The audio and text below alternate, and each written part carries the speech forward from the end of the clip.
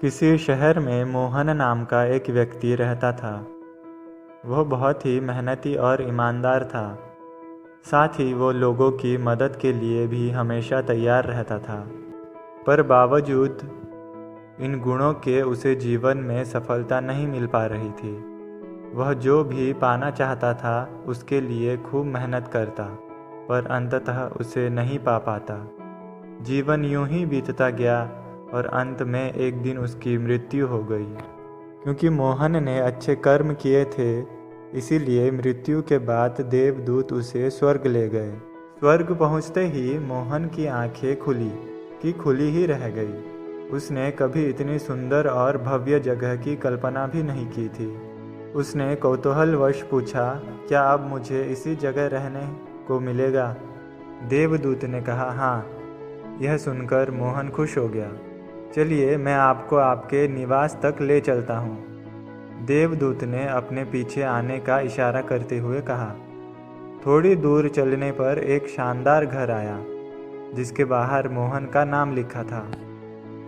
देवदूत मोहन को घर दिखाने लगा। यह आपका शयन कक्ष है। यह दूसरा कक्ष आपके मनोरंजन के लिए है। और ऐसा करते करते वे एक ऐसे कक्ष के सामने पहुँचे जिसके द्वार पर स्वप्न कक्ष लिखा था, यानी सपनों का कक्ष। अंदर प्रवेश करते ही मोहन चकित रह गया। वहाँ ढेर सारी चीज़ों के छोटे छोटे प्रतिरूप रखे थे, और ये वही चीज़ें थी जिन्हें पाने की कभी उसने कल्पना की थी।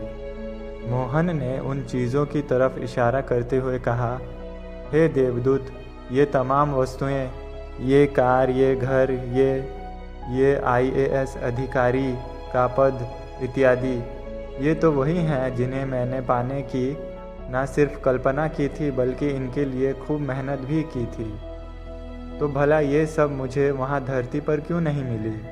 और यहाँ पर इनके इन छोटे छोटे प्रतिरूपों के रखे होने का क्या अर्थ है? देवदूत बोला, हर व्यक्ति अपने जीवन में ढेर सारी इच्छाएं रखता है, पर वह कुछ ही इच्छाओं को पूर्ण करने के बारे में गंभीरता से सोचता है और फिर उसके लिए मेहनत करता है। ईश्वर और ये संपूर्ण ब्रह्मांड उन सपनों को पूरा करने में उसकी मदद भी करती है, पर कई बार इंसान सपनों के पूर्ण होने से ठीक पहले ही अपना प्रयास बंद कर देता है। यहाँ रखी वस्तुएं उन्हीं इच्छाओं को दर्शाती है जिनके लिए तुमने खूब मेहनत की, और जब वे तुम्हें दी जाने वाली ही थी कि तभी तुम हिम्मत हार गए और वे यहीं रखी रह गई। दोस्तों, सफल व्यक्तियों का एक बहुत बड़ा गुण होता है मजबूत संकल्प। वे जो पाना चाहते हैं उसके लिए मजबूत संकल्प लेते हैं। वे भले ही उसे पाने के प्रयास में बार बार विफल होते हैं, पर वे तब तक नहीं रुकते जब तक कि उसे पा नहीं लेते। इसलिए अगर आपने भी अपने लिए कोई लक्ष्य बना रखे हैं, तो तमाम मुश्किलों के बावजूद उन लक्ष्य को अधूरा मत छोड़िए।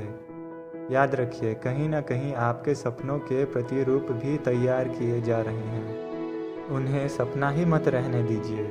अपने सपनों का पीछा करते रहिए और उन्हें अपने जीवन की हकीकत बनाकर ही दम लीजिए।